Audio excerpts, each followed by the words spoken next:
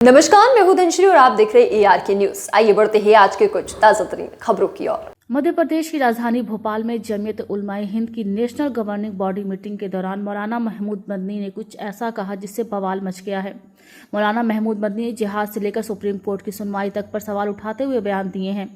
मदनी ने SIR को लेकर कहा कि एक बहुत ही महत्वपूर्ण मुद्दा है। वहीं उनके बयान पर मध्य प्रदेश में भारतीय जनता पार्टी के विधायक और मंत्री तीखा पलटवार कर रहे हैं। तलवार लूं या ढाल लूं या कौन सा लूं?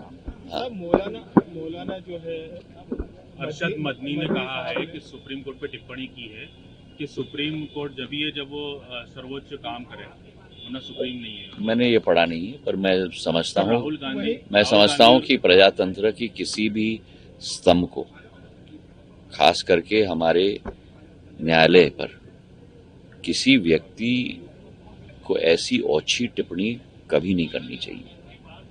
हमारा प्रजातंत्र मजबूत है क्योंकि हमारे 4 स्तंभ हैं। चारों स्तंभ का मान सम्मान सदैव रखना, ये भारत राष्ट्र के हर नागरिक की जिम्मेदारी होती है। सर, नेशनल हेराल्ड केस में केस दर्ज कर लिया है EOW, उसमें मैं कमेंट नहीं करूँगा।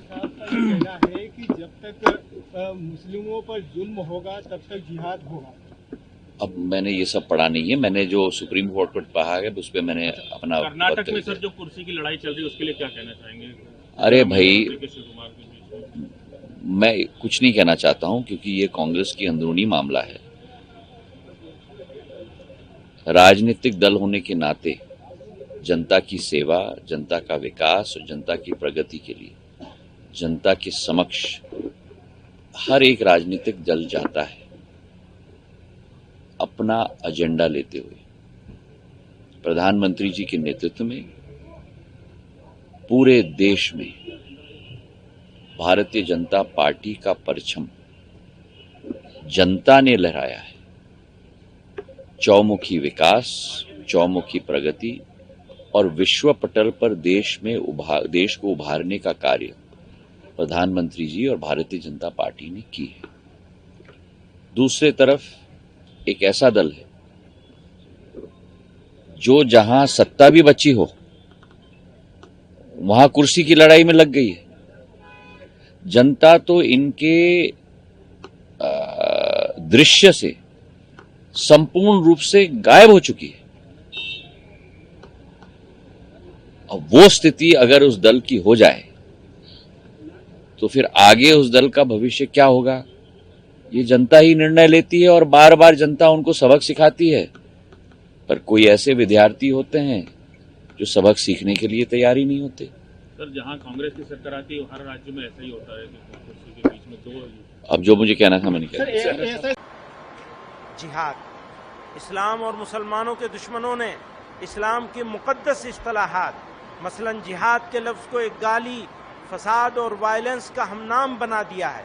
लव जिहाद, लैंड जिहाद, तालीम जिहाद, थूक जिहाद वगैरह जैसे जुमले इस्तेमाल करके मुसलमानों की सख्त दिल आज़ारी और उनके मजहब की तौहीन की जा रही है। अफसोस का मकाम है कि हुकूमत और मीडिया में बैठे जिम्मेदार अफराद भी इस तरह के अल्फाज इस्तेमाल करने में कोई शर्म महसूस नहीं करते और न एक कम्युनिटी की दिल आज़ारी की परवाह करते हैं। परवाह क्या करेंगे?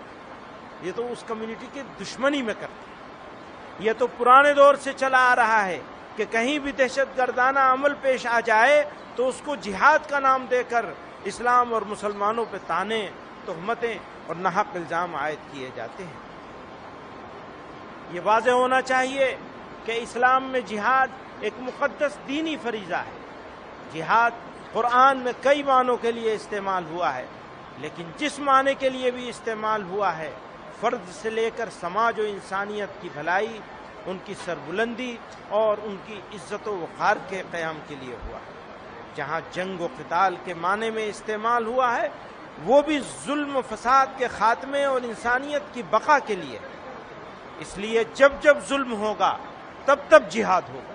मैं इसको दोबारा कहता हूँ, जब जब जुल्म होगा तब तब जिहाद होगा।